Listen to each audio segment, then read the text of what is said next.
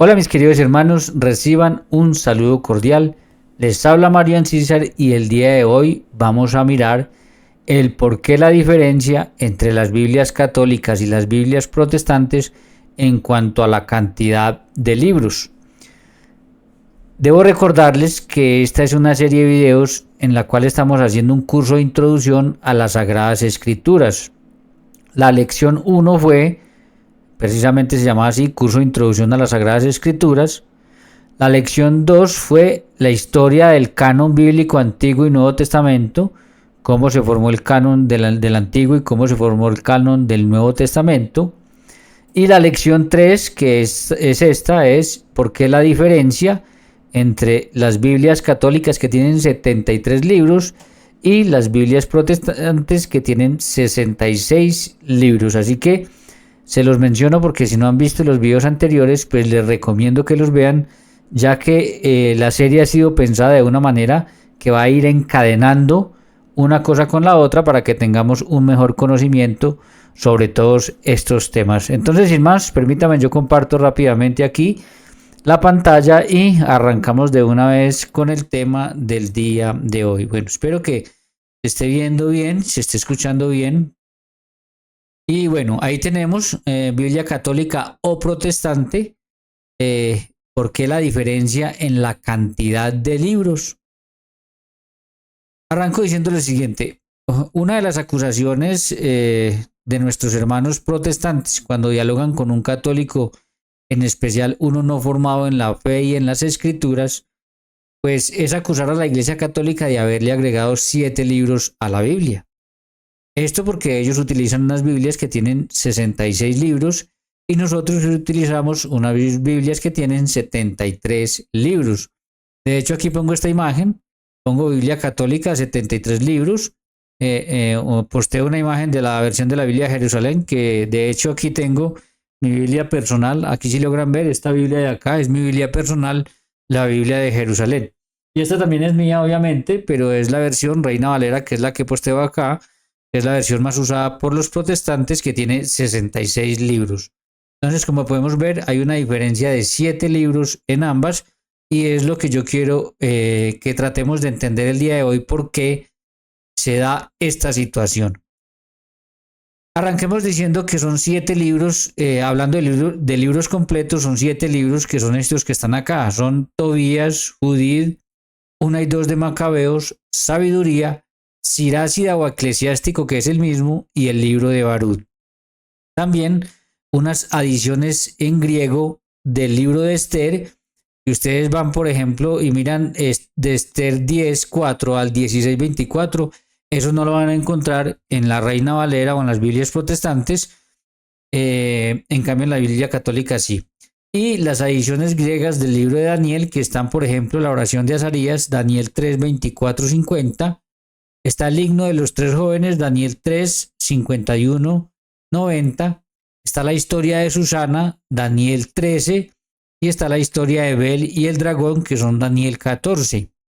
Si ustedes miran estas Biblias, la católica con la protestante, se van a dar cuenta que la Biblia protestante solamente viene, por ejemplo, el profeta Daniel, viene hasta el capítulo 12, o me parece que hasta el 13, versículo 1 y 2 y 3, creo.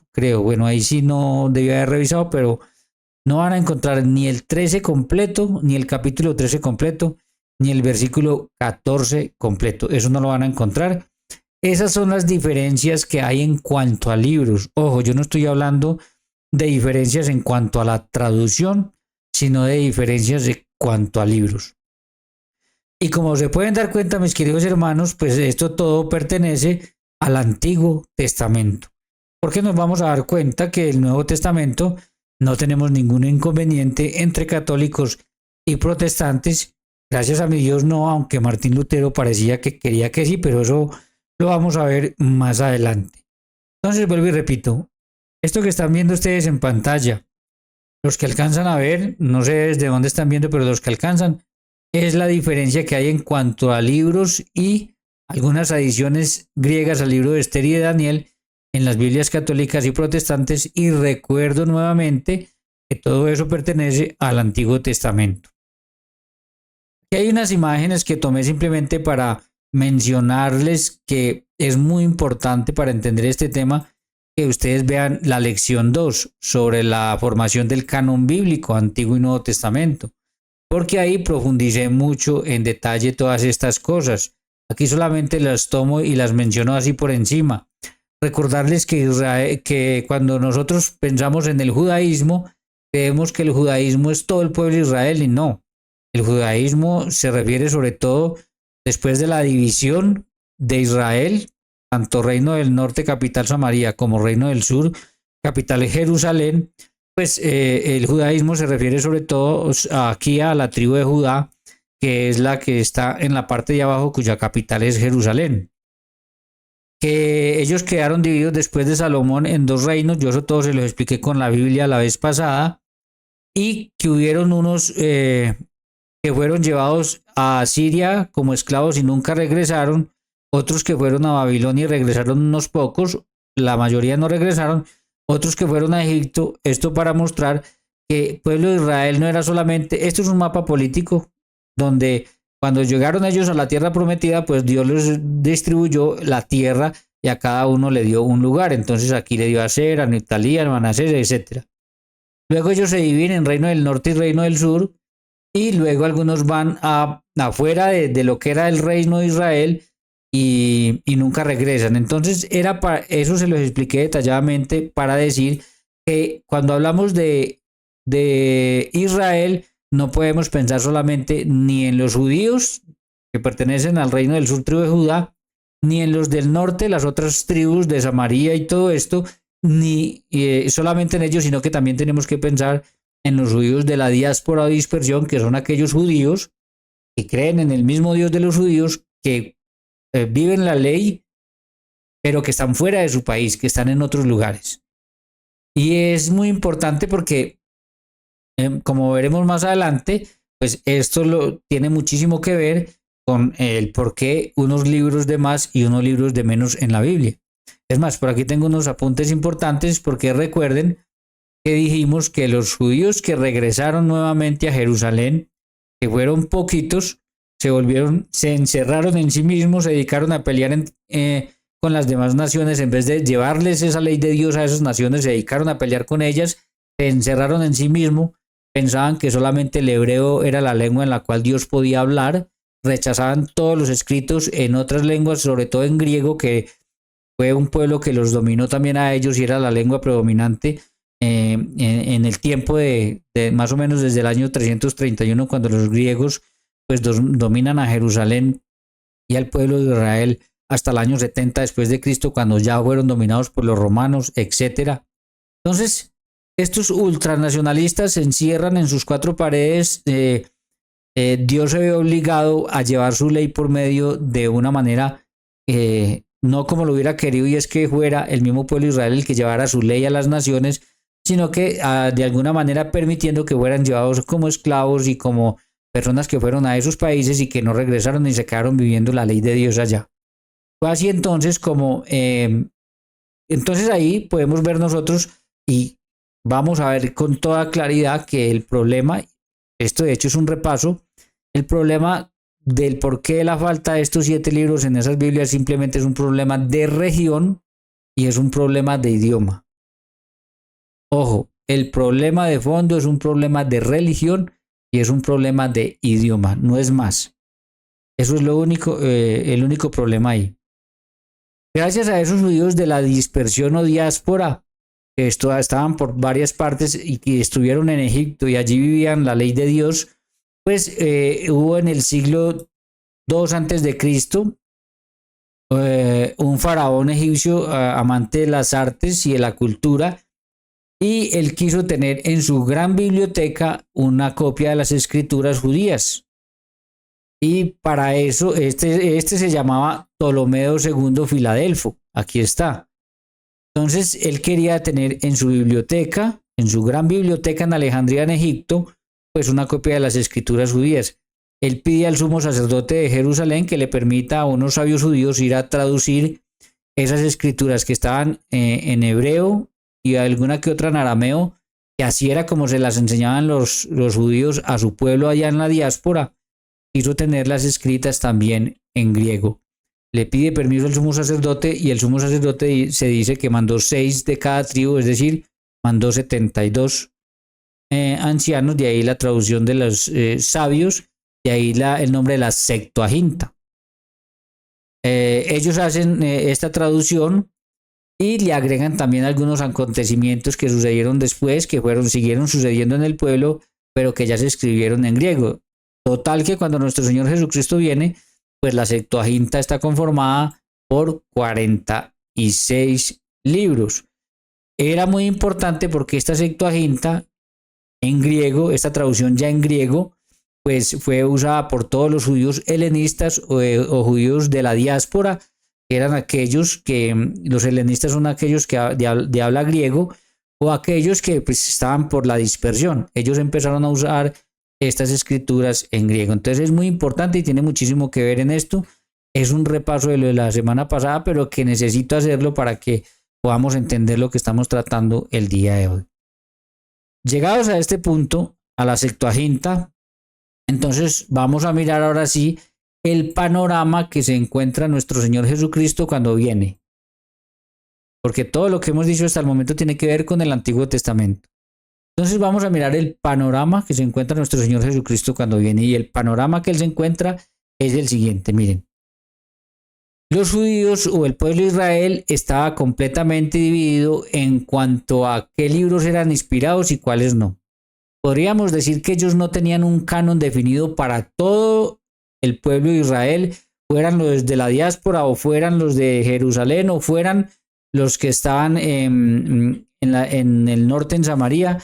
Ellos no tenían en sí un canon definido que se dijera este es el canon que es regla para todos los israelitas en el mundo donde quiera que estén, no lo tenían. Pero sí habían algunas listas que algunos grupos de los más importantes consideraban que eran inspiradas. Entonces, es así como los saduceos, ellos consideraban que solamente el Pentateuco, es decir, los primeros 5 libros de la Biblia, eran inspirados. Entonces, digamos que solamente aceptaban como inspirados esos. Ellos también tenían los Neviín y los Ketubín, es decir, los profetas y los otros escritos, pero que ellos dijeran, para ellos son inspirados por Dios, el Pentateuco, estos primeros 5 libros de la Biblia. Luego, pues están los fariseos, y los fariseos, entonces, ¿qué hacen? Ellos dicen y aceptan como inspirados por Dios todos los libros que están escritos en hebreo y cuando menos en arameo, que eran las lenguas propias del pueblo de Dios. Entonces, repito, los fariseos aceptan un poquito más que los saduceos. Los saduceos solamente la Torá, los 5 libros de la Biblia, la ley, y ya los fariseos entonces no solamente la Torá, sino que aceptan 39. Si ustedes están mirando pantallas, se van a dar cuenta que yo aquí tengo 39 entre paréntesis y aquí tengo 22. La realidad, y lo expliqué la vez pasada, lo repito cortamente, es que son 39 que son los que tienen hasta el día de hoy. Sino que esos mismos 39 los agrupaban en 22 porque 22 eran las letras del alfabeto hebreo. Entonces ellos por eso los trataban de dividir esos 39 en 22, pero es lo mismo. En cuanto a demás contenido, es la misma cantidad. Entonces ya tenemos 2 pensamientos diferentes para cuando nuestro Señor Jesucristo viene. El pensamiento saduceo, solo la ley, solo la Torá, solo el Pentateuco, y el pensamiento fariseo, que es los 39, al menos todos los que están escritos, que están escritos en hebreo y algunos que otros en arameo, y que ellos consideraban pues que sí tenían alguna inspiración de Dios.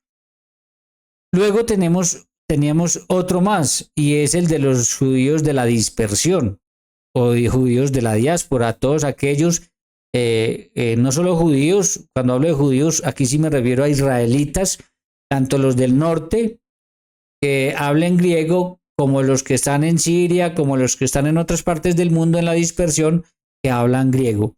Y ellos, todos en su mayoría, pues utilizaban la Septuaginta, que es la traducción griega que se hizo en Alejandría, en Egipto.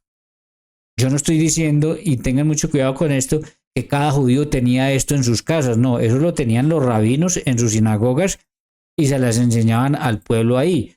Pero esto no es como hoy en día, ni aquí hay una historia muy larga porque la imprenta se inventa en el siglo XV, XIV, algo así, con Gutenberg. Entonces, pues en aquel tiempo no era fácil que una persona tuviera con qué comprar todos sus pergaminos, las escrituras eran a mano, se demoraban mucho tiempo, o sea que es importante que entendamos también que no toda persona, todo israelita tenía en sus manos una copia. Ellos se las aprendían de memoria y las estudiaban en las sinagogas con los rabinos. Pero entonces todos esos judíos de la dispersión eran educados y eran enseñados con la traducción griega de la Septuaginta, que tenía 46 libros. Estos se los mostré en la clase pasada, están los escritos del Mar Muerto de Qumran, donde se encontraron una colección de manuscritos, y parece ser que ahí habían otros libros que no aparecen ni en la Biblia católica ni en la Biblia protestante, pero que de pronto los ortodoxos sí los tienen dentro de su canon. Entonces habría que mirar el canon de los ortodoxos y mirar qué libros son buenos para si ya por si uno quiere conocer un poquitico más.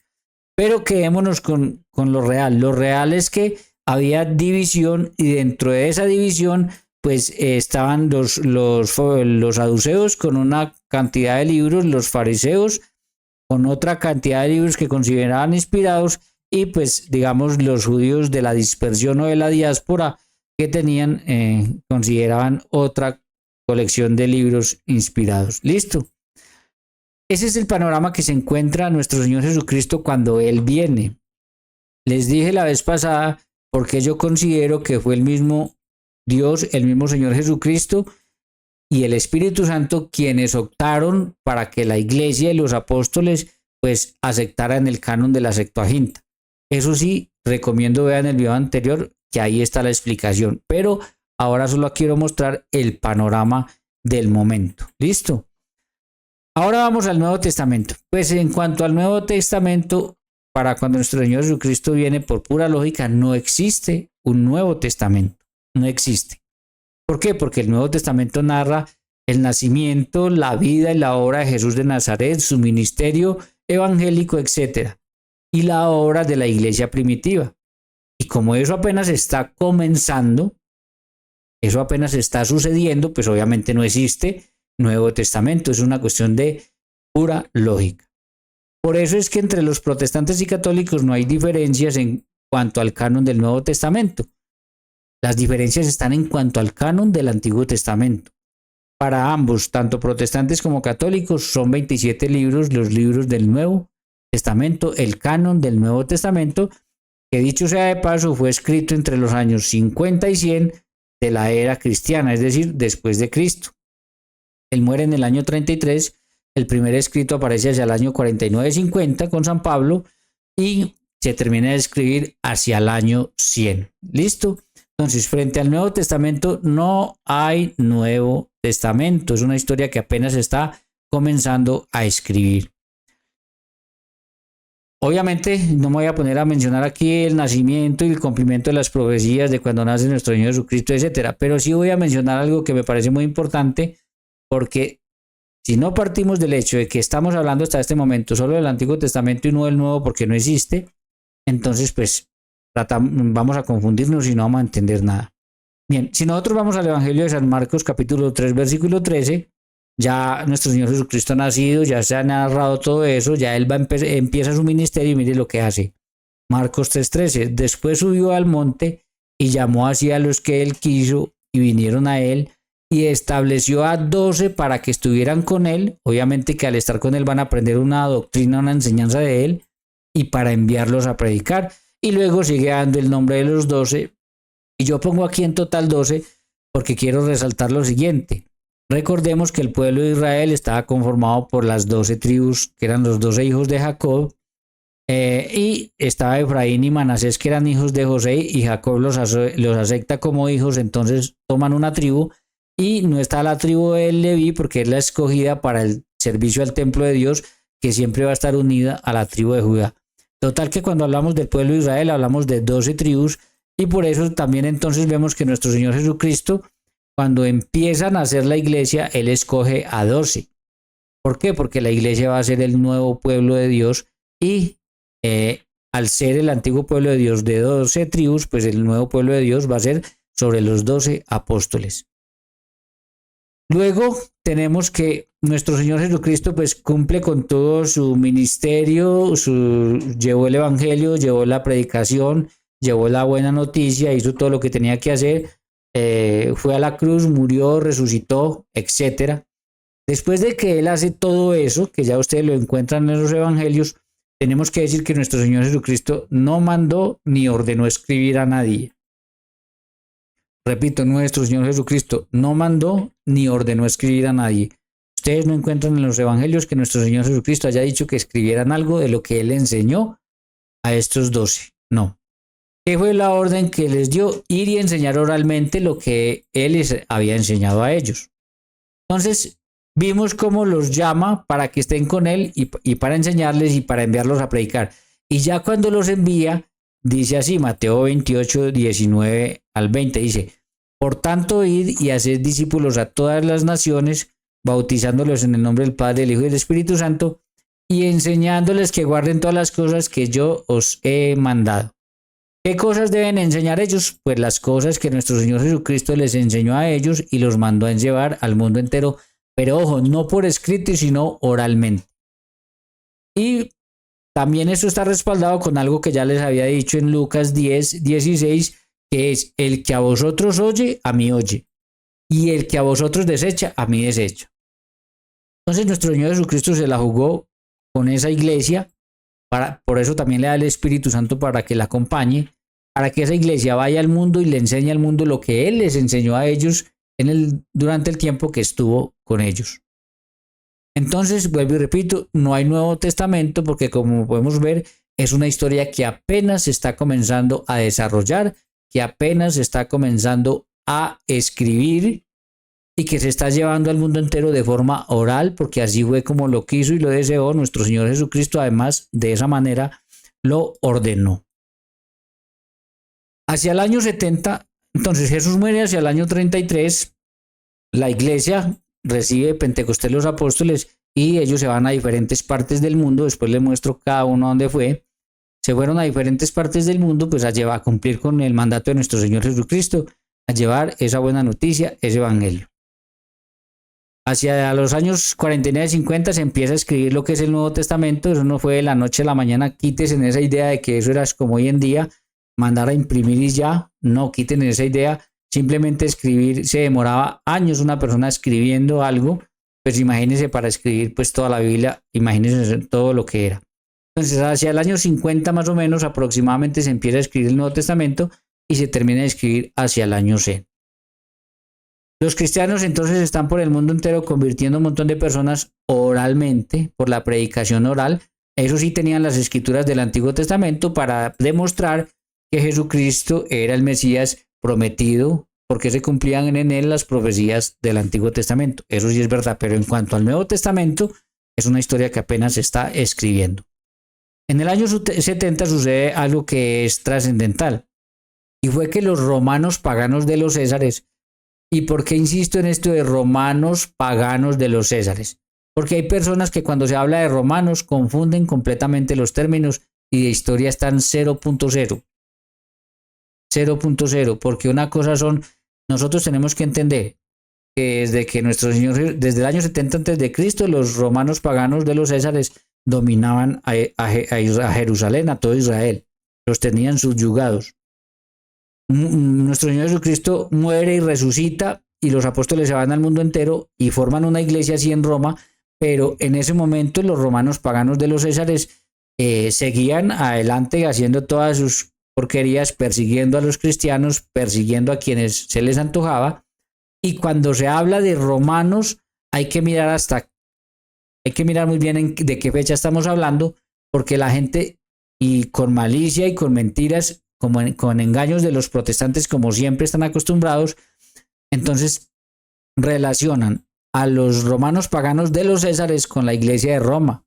¿Por qué? Porque la sede de la iglesia católica está en Roma, por los sucesores del apóstol Pedro y porque allí murieron el apóstol Pedro y el apóstol Pablo, y por los sucesores del apóstol Pedro, que fue al que nuestro Señor Jesucristo le dio el pastoreo de toda la iglesia y le dio las llaves. Entonces, cuando ellos hablan de romanos y aparece algo con los romanos, y ellos ahí mismo le echan la culpa a la iglesia, no sabiendo que una cosa son los romanos paganos de los Césares, que persiguieron a la iglesia, que le hicieron mucho daño, martirizaron muchos cristianos, y otra cosa es ya la iglesia de Roma, que eso ya es después del siglo IV. Hasta el siglo IV con el emperador Constantino, bueno, incluso con el de antes, ya la iglesia empieza a no ser tan perseguida, pero ojo, solamente hasta Teodosio, el 27 de febrero del año 380, el cristianismo se convierte en la religión oficial del Imperio Romano, y ahí sí ya podíamos hablar entonces de los cristianos, de los católicos romanos, no en cuanto a que ahí nació la iglesia ni en cuanto a que ahí nació la sede, no. De hecho, ya tenemos una carta a los romanos por el apóstol Pablo por los años 50 y algo. Sino que hay que conocer entonces toda la historia para saber cuándo hablamos de los romanos paganos de los Césares, perseguidores del cristianismo, y cuándo hablamos ya de unos de la iglesia de Roma, donde ya no se perseguían a los cristianos y donde ya estaba ahí puesta pues la sede ya visible de la iglesia al mundo por los sucesores del apóstol Pedro. Listo, entonces por eso hago énfasis en eso, porque siempre tocará aclararlo, porque cada que se habla de los romanos de los años 60, 70, de Nerón, de Calígula, pues estos hermanos con mucha malicia y para engañar a personas que no estudian, que siguen que van a sus iglesias, pues entonces los hacen creer que esos romanos son los mismos de los que viene pues el Papa y todo eso, y eso es completamente falso. Entonces, ¿qué pasó? En el año 70, estos romanos paganos enviaron a Tito, y él vino y destruyó Jerusalén, destruyó el templo, y lo que queda desde ese momento hasta hoy es el Muro de los Lamentos, que nosotros lo vemos que la gente va y se pone a llorar allá al Muro de los Lamentos, a orar. Eso es lo único que queda, eso fue desde el año 70 después de Cristo. ¿Sí? Entonces ya estamos hablando de 37 años después de la muerte y resurrección de nuestro Señor Jesucristo, en los que la iglesia está cumpliendo su misión en el mundo entero.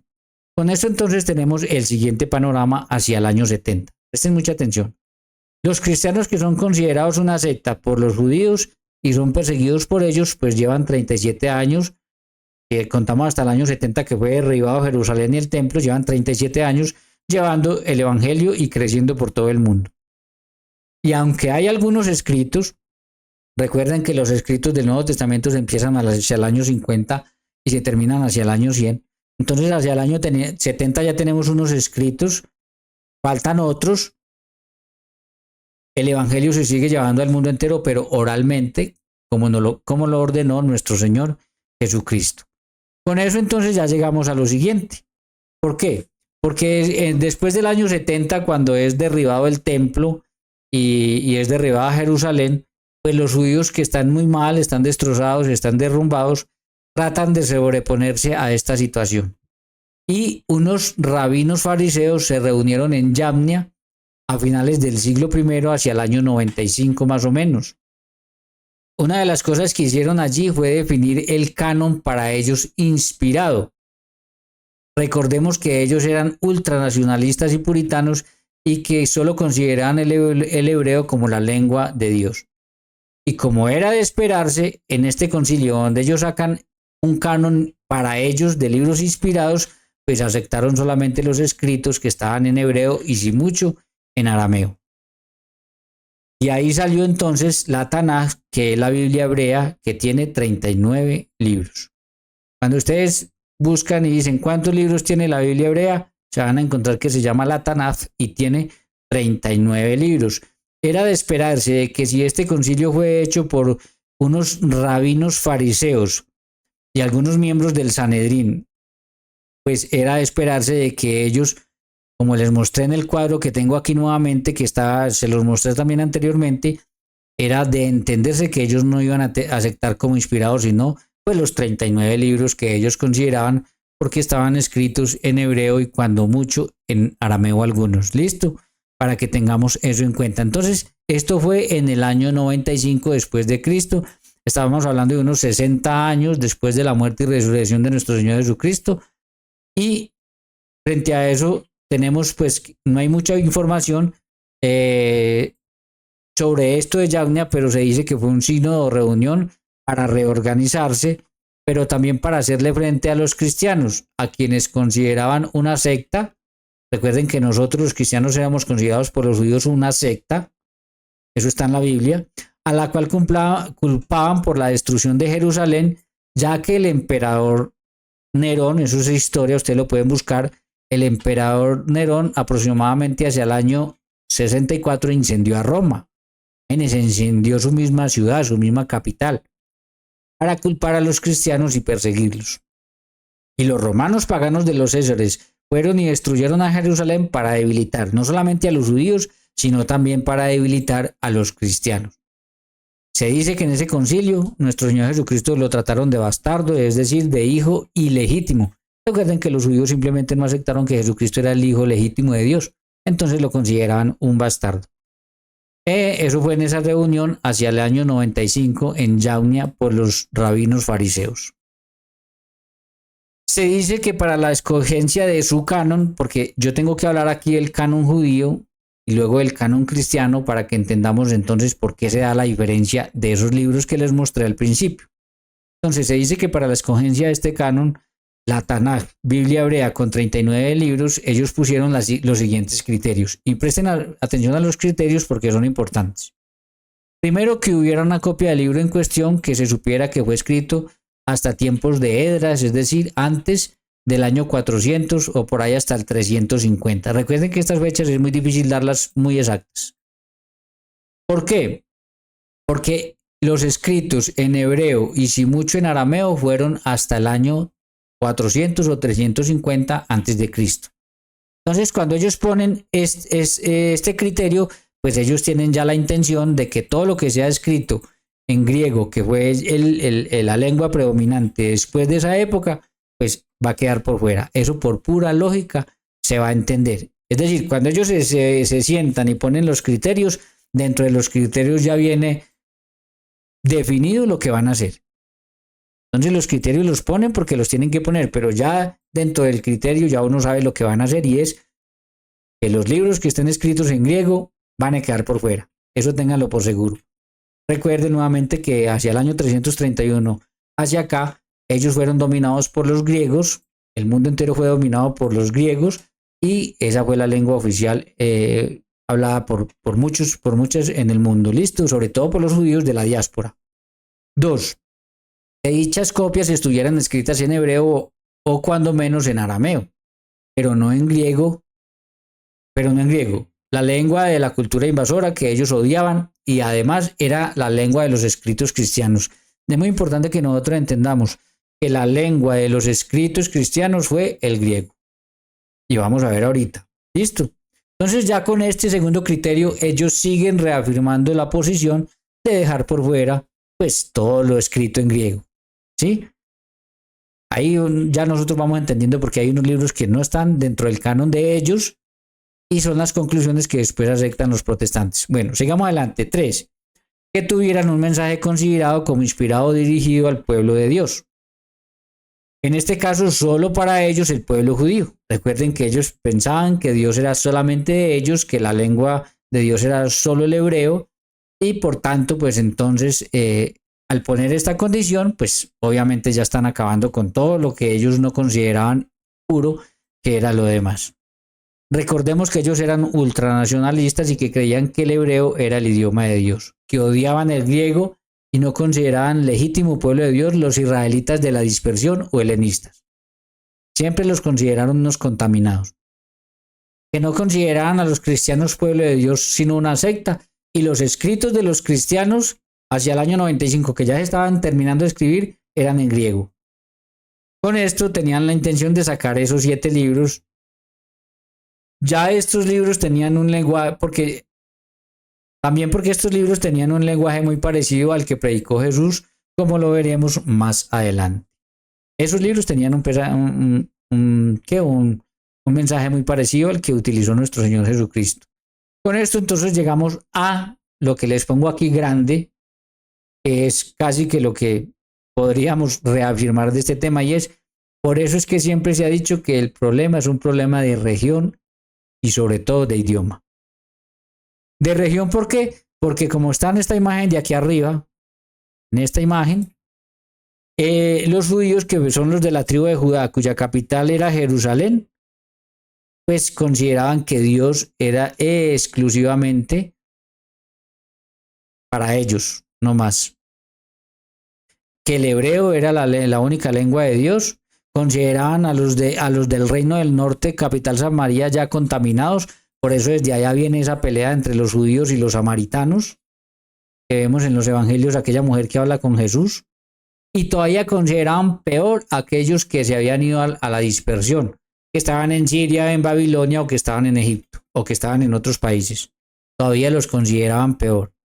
Entonces eso es un tema de región, porque ellos creían que solamente los de ahí, de Palestina, pues eran el pueblo único y exclusivo de Dios. Y un problema de idioma, porque entonces esto los llevó a que todo lo que estaba escrito en griego pues no iba a ser aceptado por ellos, iba a ser completamente rechazado. Y claro, si el griego es el idioma predominante del año 331 hacia acá, pues entonces todos los acontecimientos que sucedieron, por ejemplo, con los hermanos macabeos, pues fueron escritos como en griego. Una cuestión de pura lógica. Entonces, aquí está lo que quiero remarcar. El problema es un problema de región y es un problema de idioma. Con esto tenemos entonces el siguiente panorama. Vamos a ir dando panoramas para que ustedes y yo vamos dando conclusiones. Entonces, es el año 95 cuando los judíos se reúnen en Yamnia, los rabinos fariseos y algunos miembros del Sanedrín, y sacan el canon judío, la Tanaj, que tiene 39 libros. Yo pongo aquí, la Iglesia de Cristo apenas está terminando de escribir San Juan, que fue entre los años 90 y 100. ¿Por qué? Porque lo que quiero mostrar es que los cristianos no tuvieron absolutamente nada que ver con esto. Esto fue una cuestión de judíos. Es como si hoy en día se reunieran los judíos, a nosotros nos importa un pepino. No tienen nada que ver con nosotros, que se reúnan y hagan lo que quieran. Pues más o menos lo mismo es en el año 95. La iglesia lleva 60 y algo de años predicando el evangelio, haciendo cristianos por todo el mundo y no tiene nada que ver ni nada ahí en esa reunión. Entonces, escritos que después eran canónicos en el año 382, pero que en ese momento, cuando San Juan escribía, él no sabía que algún día esos libros que él escribía iban a ser canónicos y iban a ser palabra de Dios para toda la iglesia. Cuando San Pablo escribía, él no sabía que algún día esos libros iban a ser canónicos. El Espíritu Santo tal vez sí, pero él no sabía. Y él simplemente escribía y resolvía los inconvenientes de las comunidades, pero no sabía que esos libros iban a ser canónicos, iban a ser para toda la iglesia universal. No. Entonces, ellos simplemente están terminando de escribir y no son canónicos porque eso lo decide la iglesia en el año 382. Entonces, ¿cómo predicaban la palabra de Dios? Oralmente, como el Señor los mandó. Y aunque este fue un concilio anticristiano, los cristianos no tenían ninguna influencia. A la iglesia no le importaban los judíos. Repito, si los judíos se reúnen hoy, a nosotros no nos importa lo que hagan. Ellos pueden cambiar el canon, pueden hacer lo que quieran y no nos importa. Y su concilio fariseico no tenía nada que ver, era un concilio judío de fariseos. Y la iglesia seguía adelante con su misión. Ojo, ni un solo apóstol o sucesor de los apóstoles participó en ese concilio. En el concilio donde los judíos definen su canon de 39 libros, el canon de Palestina. Es decir, que este es un concilio que no tuvo nada que ver con los cristianos, excepto que los cristianos eran enemigos para los judíos. Los consideraban una secta y los consideraban unos grandes enemigos.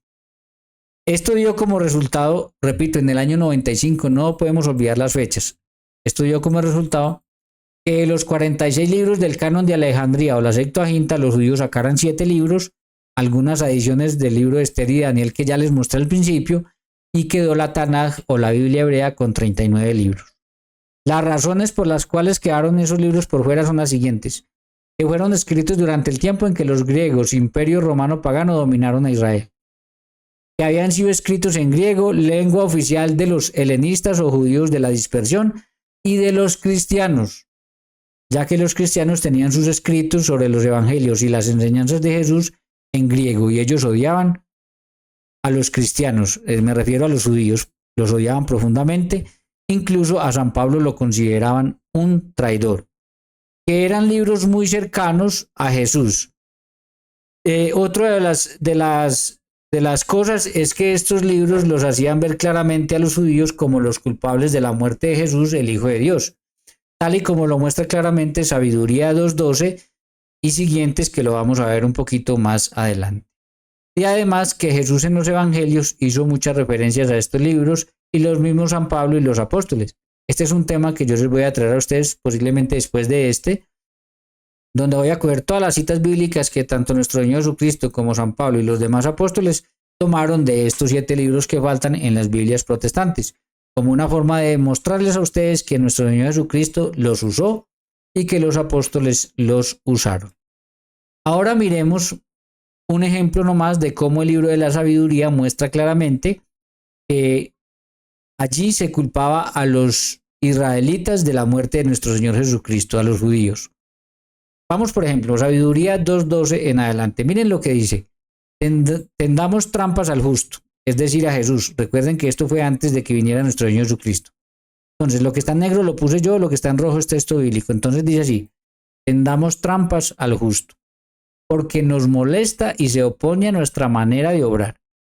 Recuerden cuánto se opuso nuestro Señor Jesucristo a la manera de obrar de los judíos, sobre todo de los fariseos. Lean ustedes Mateo capítulo 23, todo el capítulo.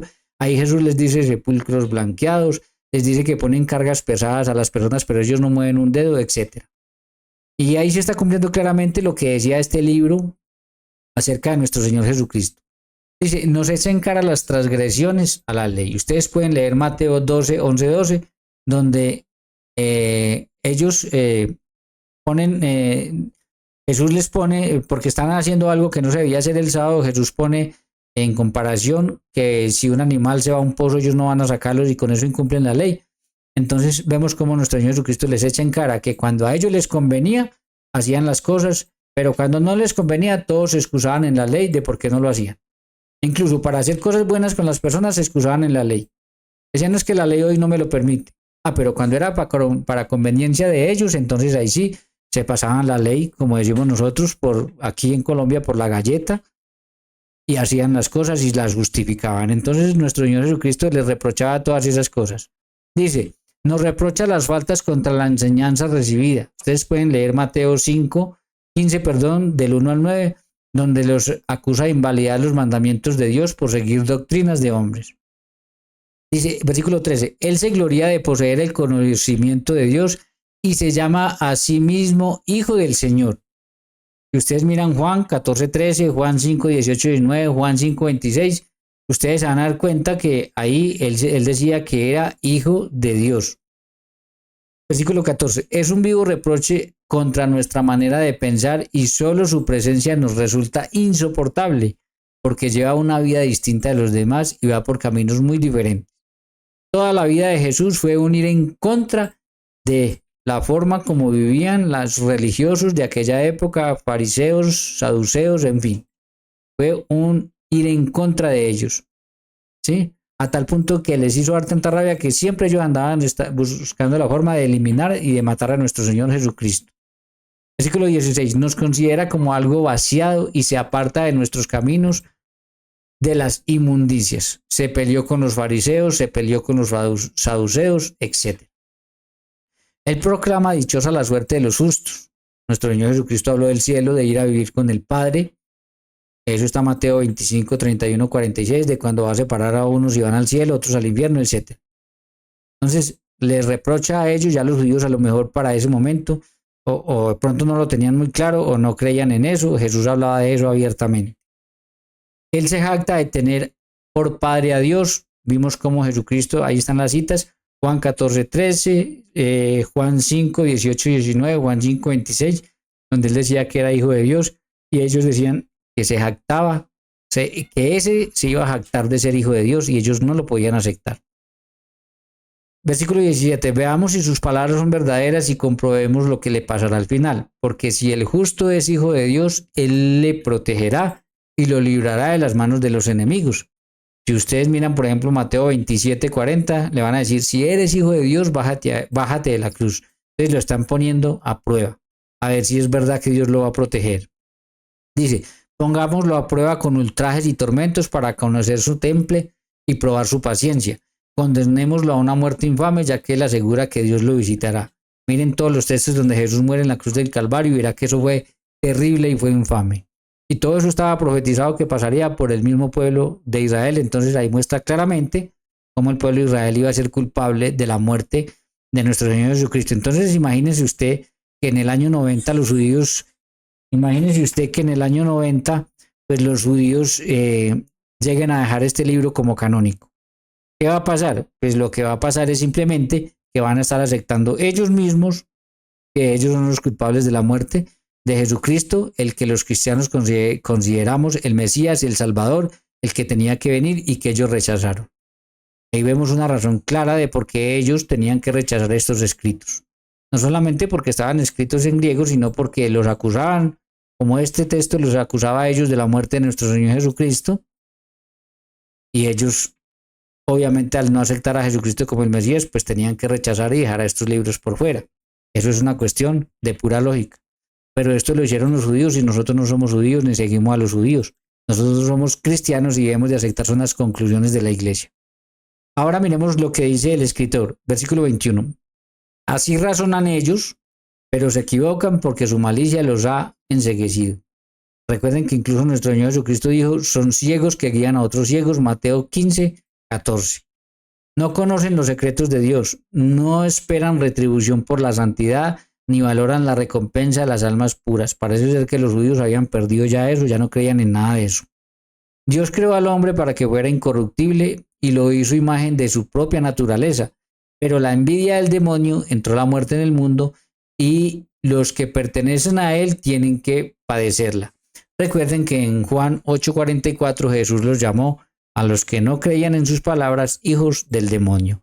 Entonces queda más que clara la razón, una de las tantas razones de por qué los judíos 65 años después de la muerte de nuestro Señor Jesucristo no pueden por ninguna razón dejar estos libros como libros inspirados para ellos, porque sería prácticamente reconocer que era el Mesías y que ellos lo habían asesinado, lo habían matado y no lo habían aceptado. Aquí quiero dejar claro lo siguiente. Primero, este concilio de Yamnia fue 60 o 65 años después de la muerte y resurrección de nuestro Señor Jesucristo. No fue un concilio cristiano, sino judío, de fariseos. Los libros fueron quitados después de que Jesús y los apóstoles los usaron, y eso se los voy a probar de ustedes en un tema. Nuestro Señor Jesucristo y los apóstoles usaron esos libros. Fue un concilio anticristiano precisamente para hacerle frente a la secta cristiana, como nos llamaban ellos, y donde Jesús fue tratado como un bastardo, es decir, un hijo ilegítimo, y con mucho odio hacia Jesucristo y los cristianos a quienes culpaban de sus desgracias, por ejemplo, haber sido destruido Jerusalén y el templo. Y quinto, no tuvo ninguna influencia sobre la iglesia. La iglesia no fue invitada, la iglesia no participó, la iglesia seguía adelante y cero le importaba lo que hicieran los judíos ahí, para nada. Con esto, pues entonces tenemos lo siguiente que les tengo en este cuadro. Entonces tenemos, aquí en la parte de abajo en este cuadro tenemos la situación con la que se encontró frente a los libros inspirados nuestro Señor Jesucristo cuando vino. Ya hacia el año 95 tenemos entonces que nace, se reúnen los rabinos judíos con algunos miembros del Sanedrín y sacan el canon de 39 libros que ellos tienen hasta el día de hoy, la Biblia que se llama para ellos la Tanaj. Con eso ya vemos que entonces ellos dejaron por fuera la Septuaginta en griego, y dejaron estos libros que estaban escritos en griego que les mostré al principio. Y luego viene el año 382 cuando viene el canon cristiano por la Iglesia Católica, donde el Papa San Dámaso I y los obispos católicos y el Espíritu Santo cogieron todos los libros que habían del Nuevo, que hablaban de Jesús y que tenían que ver con el Nuevo Testamento, depuraron y escogieron 27 que consideraron canónicos y los agregaron a la Septuaginta, a la de 46, la versión griega, no a la de 39 que habían hecho los fariseos en el año 95, sino a la versión griega de 46, y formaron la Biblia con 73 libros. Así comenzó la escritura a vivir y a dar frutos en la Iglesia Católica por 1120 años, hasta el fatal 1517, cuando un sacerdote católico, Martín Lutero, divide 16 años de cristianismo. Una de las principales consecuencias la sufre la Biblia, ya que fue Martín Lutero y otros reformadores los que hicieron a un lado libros de la Biblia. No los quitaron porque ellos no eran autoridad para hacerlo, pero sí los hacen a un lado. Martín Lutero incluso fue mucho más lejos y trató de quitar también Apocalipsis, Hebreo, Epístola de Santiago, etcétera, tal y como leemos en sus escritos. Si ustedes van, por ejemplo, van a leer que él decía en el prefacio del Nuevo Testamento, dice así: la Epístola de Santiago es una epístola llena de paja porque no contiene nada evangélico. Esto porque la Epístola de Santiago le tiraba por el suelo eso de la sola fe sin las obras.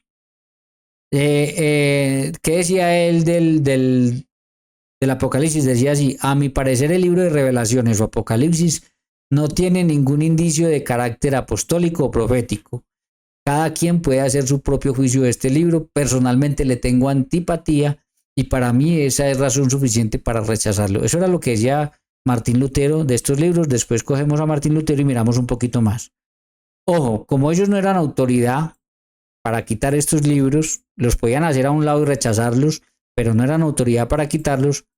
Fue solo hasta el año 1825 que se hizo la solicitud a las sociedades bíblicas de que quitaran esos libros de la Biblia, y fue en 1862 que las sociedades bíblicas los quitaron por completo, esos 7 libros y las adiciones de Daniel y de Esther de las Biblias protestantes. Hasta ese momento las Biblias tanto protestantes como católicas tenían 73 libros. De hecho, después miramos cómo la Biblia Reina Valera, la primera, que se llamó la Biblia del Oso, tenía 73 libros. Entonces yo aquí doy una conclusión, mis queridos hermanos, que es a la que yo llego después de conocer esta historia y de estudiarla.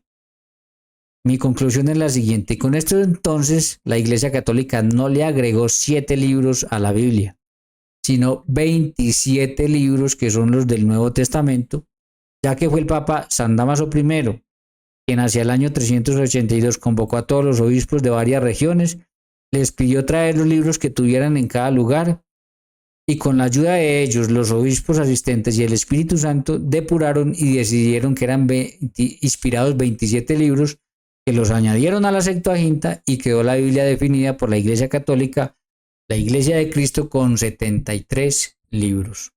Entonces la conclusión no fue que le agregó 7, sino que le agregó 27, los del Nuevo Testamento. Frente a los 7 ya vamos a mirar lo siguiente. ¿Por qué? Porque cuando yo miro el cuadro histórico de la formación del canon bíblico, que para eso lo puse acá, entonces les puse cuál era el panorama cuando vino nuestro Señor Jesucristo, qué aceptaban los saduceos, qué aceptaban los fariseos y qué utilizaban los judíos de la diáspora o dispersión. Este fue el panorama que se encuentra en nuestro Señor Jesucristo: muere, resucita, envía a los apóstoles a predicar. Hacia el año 95, sin ninguna influencia sobre los cristianos, se reúnen los rabinos fariseos en Yavnia y ahí deciden sacar su Biblia, la Tanaj o canon palestino, con 39 libros. Era de esperarse de que si eran fariseos, pues escogieran lo que ellos creían y eran los 39. Que repito, entre paréntesis 22, porque al principio los dividían en 22 por las letras del alfabeto hebreo. Entonces vuelvo y repito, tenemos el panorama cuando vino nuestro Señor Jesucristo. Tenemos a los judíos en el año 95 sin ninguna influencia sobre la iglesia no tuvo nada que ver, que hacen su canon, el canon de Palestina, donde asumen el pensamiento de los fariseos, de los 39 libros, listo. Y luego la iglesia sigue adelante porque no tiene nada que ver con ese concilio, y en el año 382 el Papa San Dámaso I, con los obispos y el Espíritu Santo, depuran, escogen 27 del Nuevo Testamento, los añaden no a los 39 de los fariseos, sino a los 46 de los judíos de la dispersión, de la diáspora. Repito, en el video anterior les expliqué por qué yo considero que Dios, que nuestro Señor Jesucristo, que el Espíritu Santo y la Iglesia optó por el canon de 46 libros, o por la lista de 46 libros de la dispersión.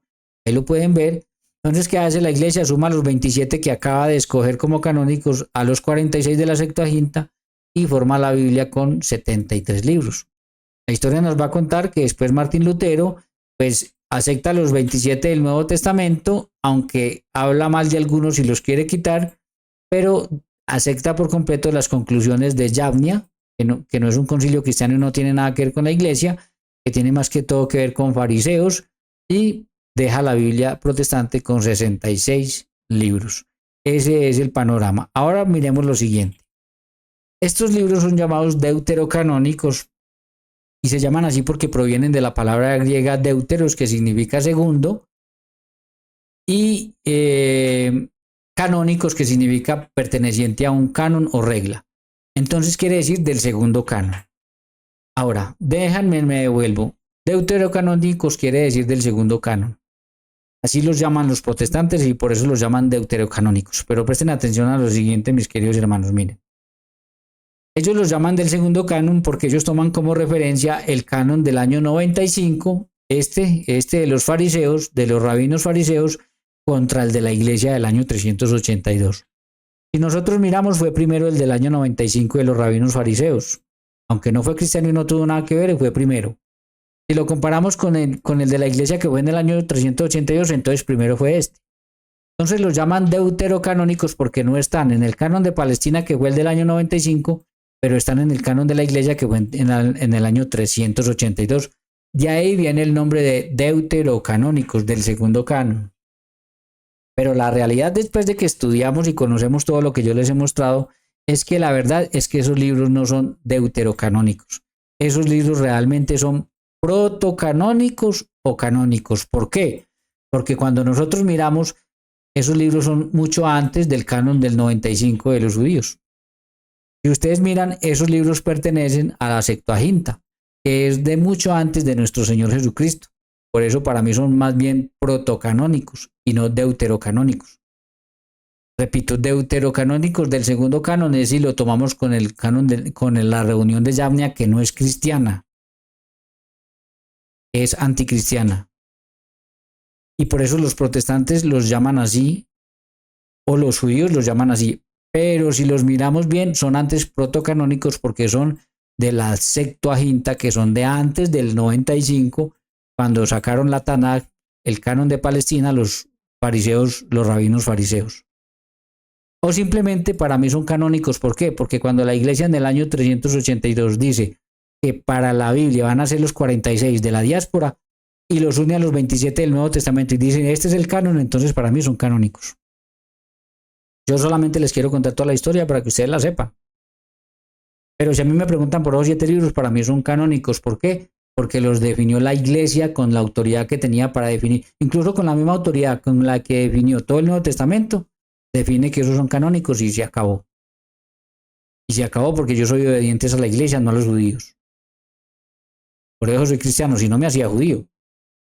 Bien, notas para reflexionar sobre esto, mis queridos hermanos. A ver, nosotros aceptamos estos libros por las siguientes razones. Porque Jesús y los apóstoles los aceptaron y los usaron. Les voy a mostrar después que sí. Porque fueron quitados primero que los protestantes por los judíos, 65 años después de la muerte y resurrección de nuestro Señor Jesús, sabiendo que nuestro Señor Jesucristo y los apóstoles los usaron. Porque después de 1500 años de cristianismo y 1120 de proclamado el canon por el Papa San Damaso I, Martín Lutero y los reformadores los hicieron a un lado. Y en 1862 las sociedades bíblicas los quitaron de la Biblia, aceptando la Tanaj, que no fue definida por la iglesia sino por judíos fariseos. Porque la historia nos muestra que es gracias a la Iglesia Católica y a sus obispos que tenemos Biblia completa. Porque somos cristianos y no judíos, por tanto aceptamos la autoridad de la Iglesia, no la autoridad de los fariseos judíos. Porque es gracias a la Iglesia Católica que tenemos Biblia completa. Es gracias a la Iglesia Católica que tenemos la Biblia que tenemos el día de hoy. Incluso los protestantes tienen Biblia gracias a la Iglesia Católica. Y dicho sea de paso, aclaro lo siguiente. Cuando nosotros decimos que la Iglesia Católica hizo la Biblia, salen algunos protestantes por ahí con mucha ignorancia a decir que la Iglesia Católica no hizo la Biblia, sino que fueron unos judíos. Pero ojo que nosotros una cosa es decir que la Iglesia Católica hizo la Biblia y otra cosa es decir escribió la Biblia. Porque nosotros sabemos que el Antiguo Testamento lo escribieron fue judíos. Y que el Nuevo Testamento entonces sí fueron cristianos católicos los apóstoles y sucesores de los apóstoles. Pero esta gente con mucha ignorancia, entonces dice, no fue la Iglesia Católica, fueron los judíos. No, hay que entender que una cosa es hacer y otra cosa es escribir. Cuando decimos hacer, nos referimos al Nuevo Testamento, a que escribió el Nuevo Testamento y a que definió en el año 382 los 27 que eran canónicos, dejó otros libros por fuera y los unió a los 46 del Antiguo Testamento de la Septuaginta e hizo la Biblia. que es diferente a que la haya escrito, porque sabemos que el Antiguo Testamento lo escribieron personas que incluso ni se sabe quiénes fueron, por eso se llaman agiógrafos, y eso se los expliqué en el primer tema. Y porque hay muchas citas de estos libros del Nuevo Testamento que muestran que fueron usados por Jesús y los apóstoles. Estas son todas las razones por las cuales nosotros utilizamos y aceptamos estos libros. Bueno, y también porque la Iglesia Católica nos dice que son canónicos y punto. Aquí tengo esta imagen por lo siguiente, porque resulta de que todo el Nuevo Testamento, estos 27 libros fueron escritos en griego, excepto San Mateo y Hebreos. Es más, esta imagen debe estar aquí abajo, pero ya les mostré. Entonces yo quiero dejar estas notas. Entonces todo el Nuevo Testamento, 25 de los 27 libros fueron escritos en griego. Y ya les dije que el problema aquí es un problema de idioma. Esto porque les quiero mostrar la hipocresía protestante que acepta las conclusiones de los judíos que dejaron esos libros por fuera por estar escritos en griego cuando todo el Nuevo Testamento fue escrito en griego. Se llama ser hipócrita, simplemente por ser enemigos de la iglesia. Pero bueno, ahora yo les voy a dejar unas reflexiones a los protestantes. A usted como católico le sirven también para que se las haga a ellos, pero se las voy a dejar a ellos. Miren, primero, ¿por qué aceptar las decisiones de los fariseos por encima de las de la iglesia si ellos, los fariseos, mataron a nuestro Señor Jesucristo, no lo aceptaron y no lo aceptan como el Mesías? Ojalá alguien me responda. ¿Por qué creerle y aceptar las decisiones de los fariseos por encima de las de Jesús, que fue quien decidió esto? Para eso vean el tema anterior, el Espíritu Santo que inspiró todo el Nuevo Testamento en griego y los apóstoles que escribieron en griego. Entonces, ¿por qué creerle y aceptar las decisiones de los fariseos, dejando esos libros por fuera porque estaban escritos en griego, pasando por encima de Jesús, el Espíritu Santo y los apóstoles que escribieron todo el Nuevo Testamento en griego, excepto Mateo y Hebreos? ¿Por qué rechazar estos libros porque están escritos en griego si todo el Nuevo Testamento se escribió en griego, excepto Mateo y Hebreos? ¿No deberían, bajo la misma premisa, rechazar también entonces todo el Nuevo Testamento que fue escrito en griego?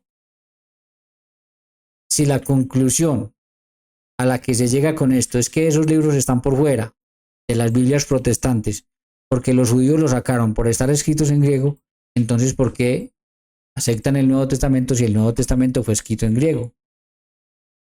Hipocresía, ganas de pelear, ignorancia, ¿qué es? ¿Y cómo puede ser para ustedes la Iglesia Católica de Satanás, porque así llaman ellos a la Iglesia Católica, la ramera, la Iglesia de Satanás, si fue la que hizo la Biblia como la tenemos hoy? Y repito, no fue la que escribió toda la Biblia, porque el Antiguo Testamento fueron judíos, agiógrafos, judíos. Pero sí la que la hizo, porque fue la que escogió los 27, escribió los 27 del Nuevo, escogió esos 27 como canónicos, los unió a los 46 de la Septuaginta e hizo la Biblia. Entonces, ¿cómo puede ser la iglesia de Satanás la iglesia que hizo la Biblia? Y si la iglesia se corrompió con Constantino, como dicen que es falso, entonces también está corrupta la Biblia. Y una pregunta que yo le quiero hacer a todos aquellos que dicen, no, la Iglesia Católica no fue la que hizo la Biblia, no fue la que escogió los 27 libros del Nuevo Testamento y los unió al Antiguo y hizo la Biblia, no.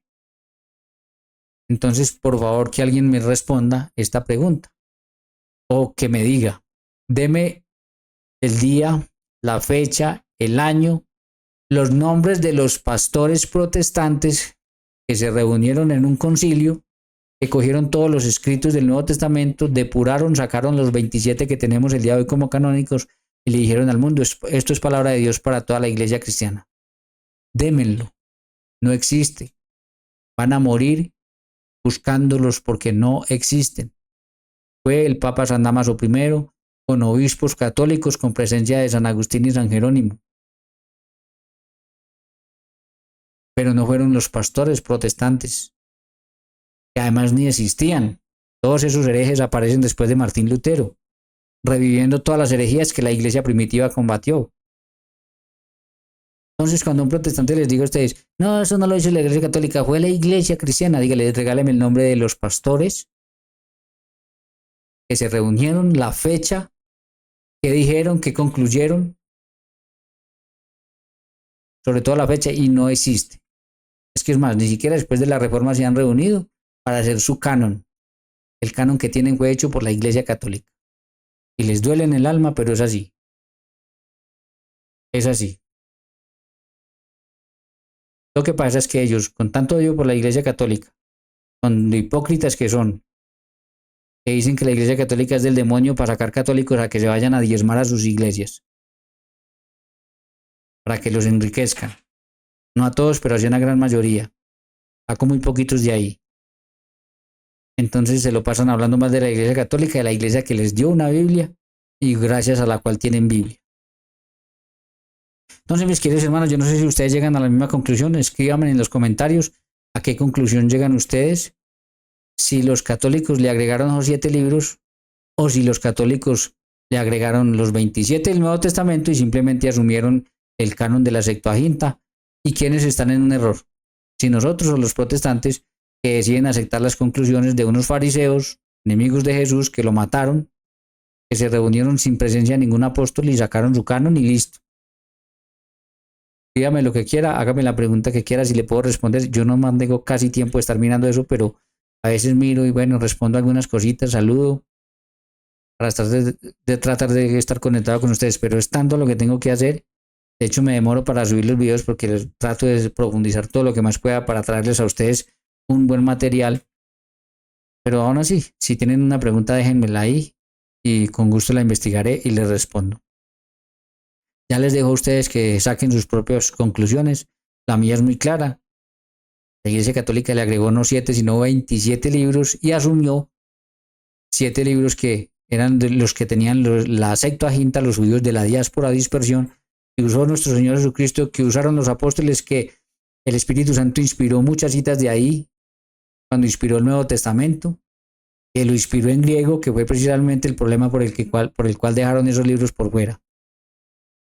Entonces ahí están las conclusiones. El error lo están cometiendo ellos, que parece ser que cuando se mueran le van a rendir cuentas a los fariseos y no a nuestro Señor Jesucristo, ya que aceptan las conclusiones de los fariseos. Ahí les dejo. Si llegaron hasta el final, les agradezco que le den clip, que hagan algún comentario.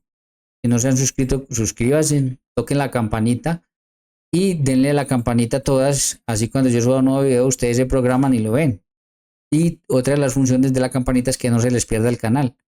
¿Por qué? Porque cuando usted deja visitar un canal se le desaparece y después usted no se acuerda de ese nombre tan raro que yo tengo y no puede pues formarse, si es que le gusta formarse conmigo, si no le gusta conmigo, tranquilo.